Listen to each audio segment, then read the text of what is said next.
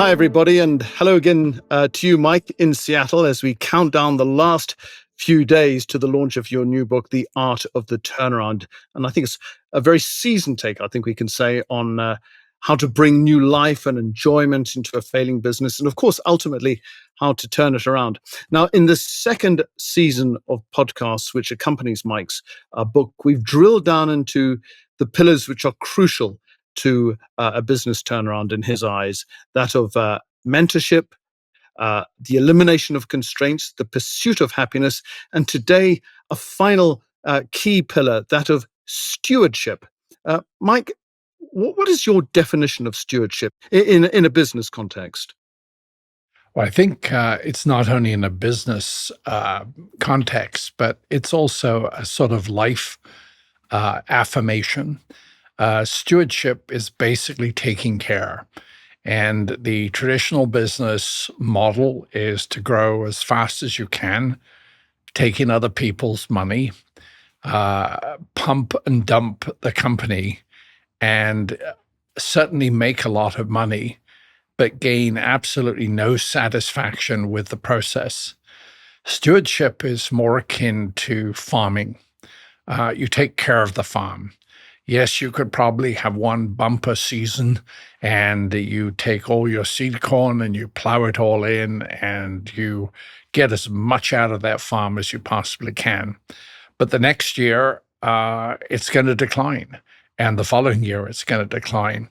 So stewardship is really a long-term caring process that has the understanding you don't actually own anything in this life. You rent it for a period of time, and then someone else will take it over. And that's an inevitable fact of life, that when you die, everything you own was on a rental program and not on an ownership program. It just moves to someone else's ownership. But you've So got with two a business, you've got two businesses. You own them both, don't you? I'm the steward of both of them right now. And when I die, I'm 76, so who knows when that might be. They will pass on to someone else, and I will not own them. The idea of owning a business is a little strange concept. It's more that you should take care of a business, improve the ecosystem around it, take care of your customers, as we pointed out in the book, take care of your suppliers, take care of your employees, and create a new ecosystem that can easily be transferred to the new owner whenever that happens. Okay, so there's stewardship in the here and now, and there's stewardship looking to the future. Let's just deal with the here and now. I guess there are two types of stewardship here and now, that of physical assets, such as property, equipment, and these intangible assets like money and reputation. Do you think it's down to those two, or do you think it's more than that? I think the employees are a critical part of your stewardship, Sure. and that ties in a number of the other things we've talked about, the whole mentorship, the pursuit of happiness. I don't believe it's possible to pursue happiness in a business unless you incorporate stewardship in there. And as a firsthand experience, I've had exquisite enjoyment in running businesses and running my own businesses, probably because I don't really take advice from other people very well. And apparently I don't play very well with other children, but it's part of being an independent spirit since I was 25.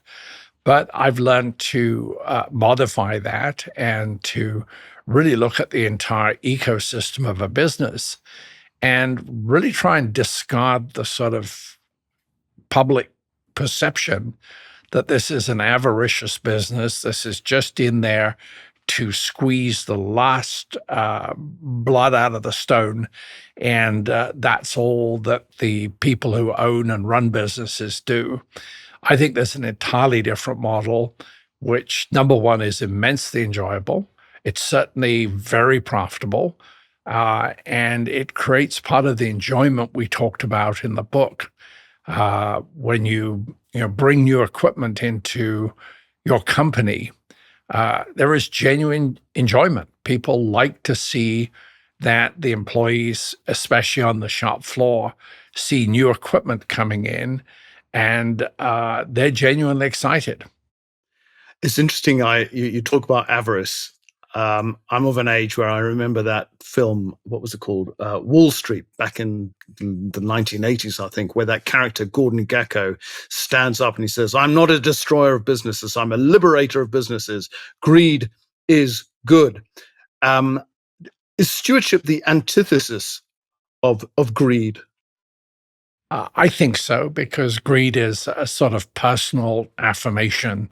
I think that stewardship is a lot more benign, but I think it's a lot more successful.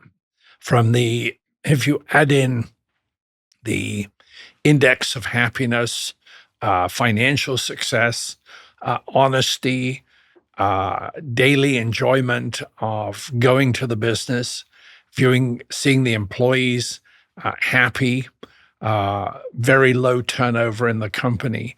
These are really very enjoyable things to watch. What evidence do you have? Const- What evidence do you have that stewardship is more successful? I have no evidence whatsoever except for personal evidence Okay. where I've incorporated that. The financial element has improved. We have a software company that probably as a percentage is one of the most profitable companies in the world. And it's all incorporating all the different elements that we have, and particularly the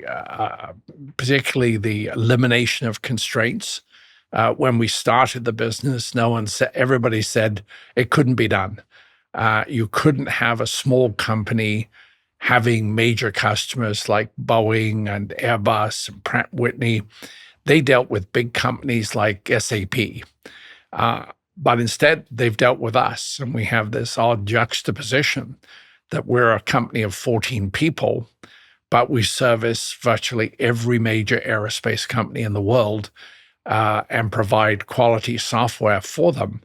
And they have no qualms about dealing with us whatsoever. But don't you find, as a steward, if you like, that you've got a high wire act. You've got so many stakeholders to look after: your staff, the shareholders, if you have shareholders, if it's a public company, suppliers, customers, community. Which takes preference? Which takes priority? They all take priority. I mean, if you don't put one in front of the other, it's a balancing act. And you frequently have something that's good for the employees, but not good for the shareholders. And so you have to make that decision. You have to balance it. Some things are good for the shareholders, but not so good for the employees. It is a complete balancing act, but it's neutralizing the excess of any one of those groups. You try and bring them and balance them as well as you can. You can't always do it. After 9/11, with my aerospace manufacturing company, I had to let go 140 people, and I did it the week afterwards.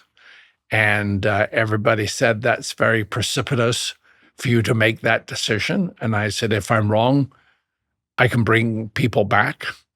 If I'm right, then we won't have a company. If I don't lay off those people, then we won't have a company. So it was detrimental to the employees, but it was also beneficial for the employees that we kept. But life has hard decisions, and some of them are not easy. Yeah. To go back to your farm analogy, Mike. You say it's a bit like running a farm. Don't kill the seed corn. If you've got a farm where you need to be incredibly efficient, something's going to have to really suffer. Be it for cheap food, you're going to have industrial farming, so you'll get welfare issues that come into play. It I don't quite see how you can keep I know you can't keep everyone happy, but how you can keep that running without one element really being sacrificed, not being sacrificed, but having to take a much lower run in the pecking order. Do you know what I mean? I know exactly what you mean, but from that adversity then comes the creativity of new products that may we have some wonderful asparagus from Eastern Washington. Hmm. And they did the mass production of asparagus. And now many of the farms are going to incredibly high quality, totally uniform, high tasting asparagus, white asparagus, and also green asparagus that goes to the top restaurants on the West Coast. And they now have an entirely different market. So yes, you can chase all sorts of markets. But that's part of the element that when people only think about growth, then that's the grind. The margins get lower. You take other people's customers and you only ever take their bad customers. You never take their good customers. So you actually make your competitors better and you make yourself worse by forcing a growth that doesn't take into account the new customers that you're bringing on board, which were probably someone's old customers who didn't pay their bills and were miserable to deal with because they're the first ones they'll let go. So I think it's a balance, and business changes all the time. As I've said, all the way through the book, running a business is probably the most complex intellectual exercise. If you run a business for any length of time, you're going to have to incorporate an enormous number of variables. And just when you think you've got it fixed, suddenly they all change. And so you have to learn to pivot. You have to enjoy pivoting. You can't whine. You have a responsibility, and you have to bake the cake with the ingredients that are provided for you. And so it is very, very difficult. And that's why so few businesses last more than a year, 5 years, 10 years.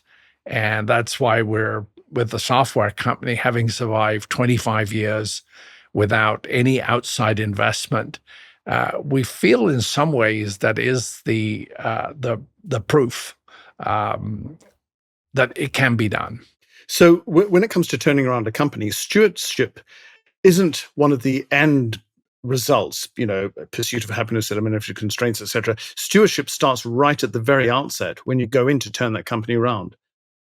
Yes, you change the whole attitude to support the ecosystem and restructure the company for the long term, not just a quick Band-Aid fix.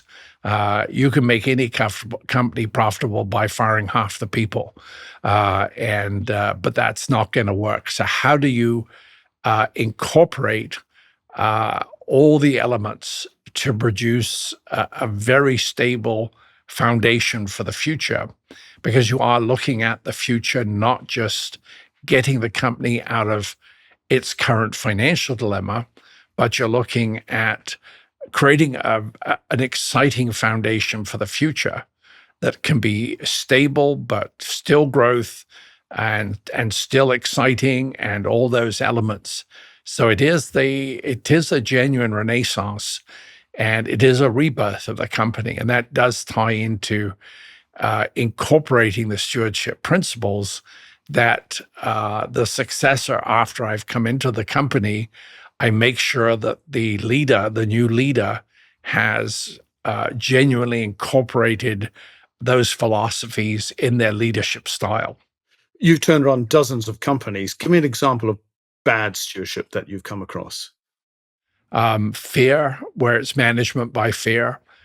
In the Scottish company, there was a genuinely evil general manager, and he used to terrify the employees. At that particular point in Scotland, the unemployment was about 18%. And this dreadful man used to hand out pay slips at the end of the week. And if he walked by your machine, it meant you'd been laid off. And so everybody on Friday would be just terrified because the welfare in Scotland at that time was just absolutely miserable. And he used it to stoke this incredible fear of people's livelihood. And then for the ultimate in sadism, he would walk by And then he would turn around and walk back and say, "This week you're safe." And That so, yes, that was probably singularly the worst person I've ever met. So I that that hid behind one of the machines to make sure that it wasn't just apocryphal, it was an actual. And so I watched him do it. And I took him into the conference room, and I won't mention his name, but I sat him down and I said, "Mr. X, please put your car keys and your credit card on the table. And the second thing I want you to do is to stand up and look out the window and tell me what you see." So he reluctantly put his keys and his credit card on the table. And I asked him to stand up, and I said, "What do you see?" He said, "I see a taxi." I said, "Take it, that taxi's for you. take it." And he said, "I need to say goodbye to everybody." I said, "You will hear the goodbyes as they cheer when you leave." But he That's was one of the most miserable people I've ever met in my life. And I do mention him in the book. And that's a pretty extreme example. Can you cite any examples of, dare I say, benign bad stewardship, where they're nice guys, but or women, they've just not got it right? some were just hapless. I mean, Yeah. I had one that was completely hapless, felt that he was a latter-day Lothario, had 5 young ladies on the payroll. We paid for apartments, we paid for all their accommodations and a salary. And when I let them go, they were very, very upset. But as I said in the book, they were the only employees who I felt were very underpaid for their services. Mm. They had to Right. deal with I this hear dreadful what man. you- And so I've had all sorts. I mean, it's been a view of different characters. I mean, It- some have been characters, some have been alcoholics. I've had drug addicts. I've had business people that absolutely just lie and continue to lie. I have the dreadful Mr. X in Scotland, Mhm. just all sorts. It's really has been a remarkable viewpoint of not only business but humanity and how people behave, and it doesn't just apply to the U.S. The same, we had similar issues in Belgium, similar issues in Scotland. So I think there's some universal traits which makes stewardship and taking care of a company such a high level of responsibility, given what happens when you don't. There's one company in the UK that you've done business with, which I think you cite as a really good example of stewardship. Which company was that? That was Renishaw, and it's a company that makes precision measuring equipment. And its whole foundation was based on the chief engineer for the Olympus program for Concorde, and who felt they didn't have accurate enough measuring equipment. And he designed his own measuring equipment. And it was so successful, he asked Rolls-Royce if he could leave and start his own company. And he did. And they said, "We will keep your desk here because when you fail, you'll come back and we'd be happy to have you back." He never went back, and has built a multi-billion-dollar business. And part of the character of this business that exemplifies their whole attitude was, number one, Sir Charles McCurtry, who is the founder of Renishaw, actually built houses in Gloucestershire for his employees because the houses in the area were too expensive. And when I visited them, because you in England drive on the wrong side of the road, I didn't feel, after flying across the Atlantic with jet lag and driving on the other side of the road. So I had a driver drive me down to visit them in Gloucester and Gloucestershire. And he sat in his car. And when I went to the reception, the lady said, "Did you drive yourself or did you have a driver?" And I said, "I had a driver." They said, "Well, please ask him to come to the reception." And he came to the reception, a little bit bemused by being asked to come to the reception. He probably thought he'd parked in the wrong place, and which is typical with when you're a visitor. And she said, "You don't have to spend time in your car. We have a lounge area that you can sit in, and Mr. Dunlop's going to be here all day. So here are some vouchers for lunch, and please feel free to take advantage of anything in the lounge and anything in the lunchroom.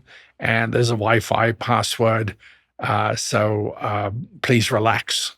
And I thought, here is a company that takes care of a visitor's driver better than most companies take care of the visitor themselves.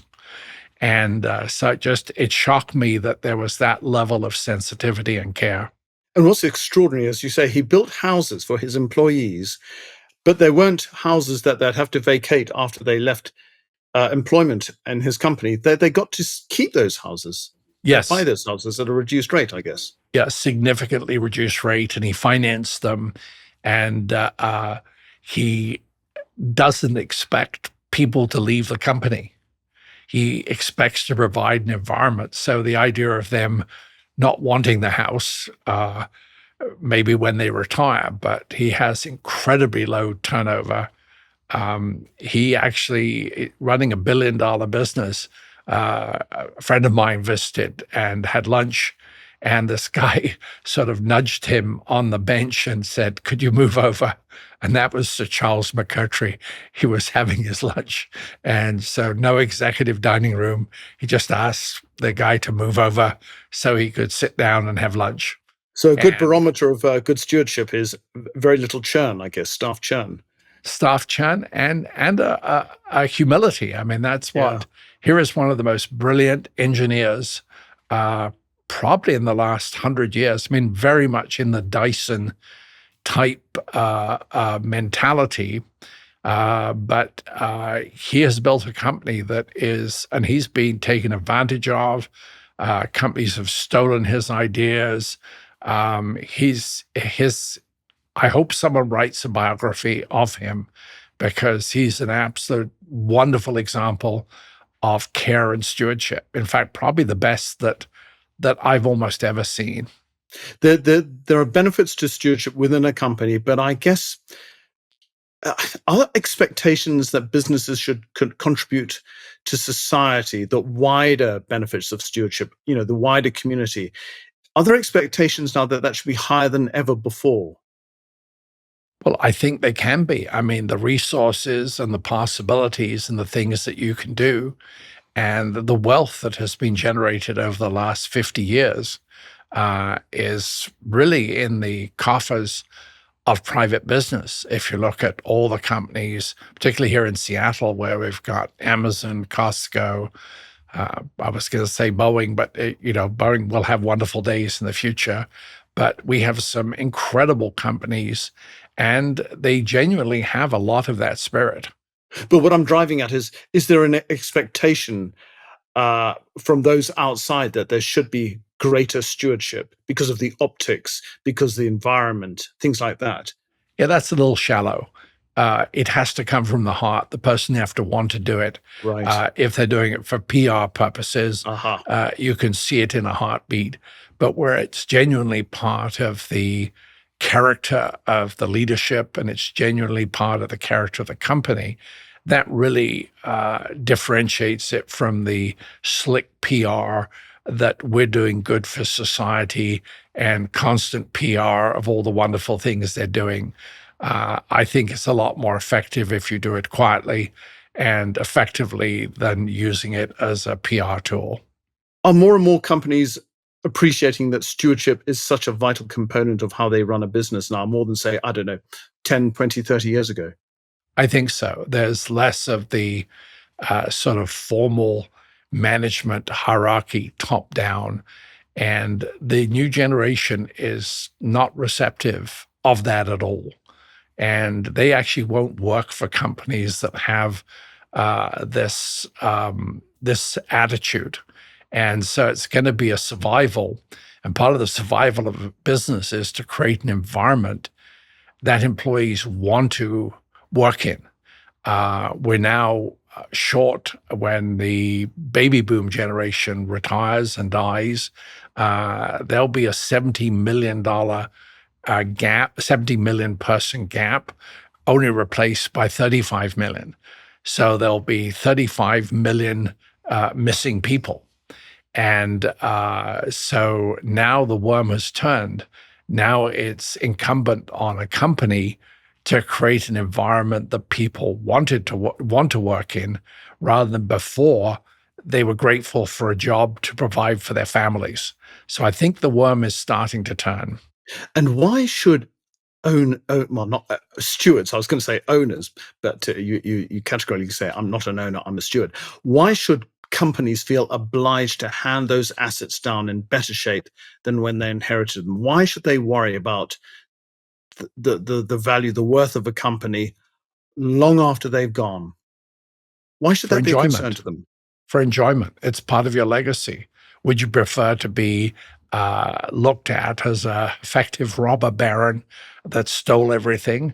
Or would you prefer to be looked at as someone who genuinely took care of all the ecosystem that you were responsible for and provided it for the future? So at some point where you stop working, or towards the end of your life, it's a wonderful feeling to have created a beneficial legacy, rather than have regrets on how you treated people. Yes, you have the money, but kind of so what? In America, we have a lot of people with a lot of money. And I remember many years ago, we were up north of Seattle in the San Juan Islands, and we had a relatively small boat that we took up there, and we parked next to this absolute monster boat, about 160 feet. And my daughter Andrea, when the owner came off the boat and he had uniformed staff, and she said, "Dad, why does he look so unhappy?" And I said, "Because he probably is." And so it was a very good sort of recognition that a 160-foot yacht does not make you happy. And apparently he looked around the area for about 3 or 4 minutes and then summoned his crew and left. So obviously he was fairly difficult to please.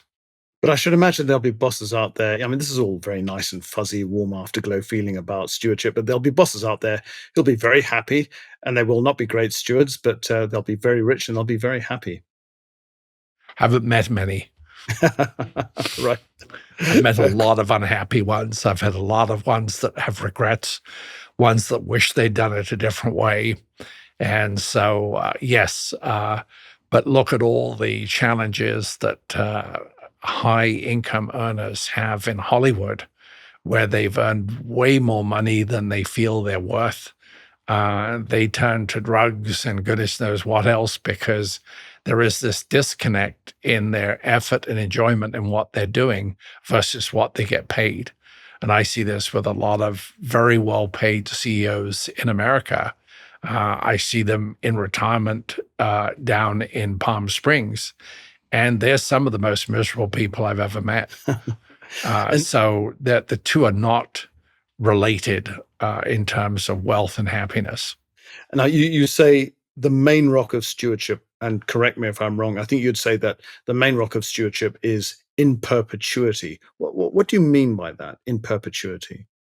Well, it has the number one, it's incredibly difficult to build a business. It's incredibly difficult for it to survive even your stewardship. To me, it's effective design and organization if it lasts you and multiple generations. So it has the ability to provide wonderful things for all the ecosystem for many, many years to come. Obviously, it's not going to uh, last like the company we talked about, the Hotel and Spa in Japan, that's been going for millennia. And trees don't grow to the sun. At some point, they stop growing and they fall over. But during that process, you can certainly optimize the growth so it benefits as many people as possible. And that's kind of my ultimate sort of stewardship philosophy, that try and benefit as many people as you can. Obviously, you can't benefit everybody. Look at your business as being a critical element to support a community and support everything. I mean, extract all the businesses in the UK and the US, and how much money would government have to spend? So businesses can survive without the government. Government cannot survive without the business. And so you have a responsibility, and it's multiple level. That's a lovely note to end on, I think, Mike. Thanks so much for your time and expertise. And I think it is nice to end on that warm glow of the concept of stewardship, which very much leans into the concept of caring and nurturing a company which has been through, I guess, the worst of times, but perhaps can look forward to the best of times. In our final podcast, we'll just pull together those threads which are so central in your book, The Art of the Turnaround. And I'd love to hear your final thoughts as we look forward to the book's official launch on the 9th of September. Mike, thanks so much for your time. Thank you, Alex. Thank you for listening to The Art of the Turnaround. If you love this podcast, please like and subscribe. You can follow the show on Instagram and TikTok at The Art of the Turnaround. You can follow Mike Dunlop on LinkedIn or his website, theartoftheturnaround.com. This podcast was produced by Cadence 3 Studios. I'm your host and story editor, Alex Dunlop. April Bricker is our executive producer. Burke Tobenek is our producer and editor, additional editing by Eric Scheel. The show art was designed by Todd Arbuckle. Andrew Kindred is our sound engineer, and Eric Munch is our audio mixer. The Art of the Turnaround is based on the book by Mike Dunlop.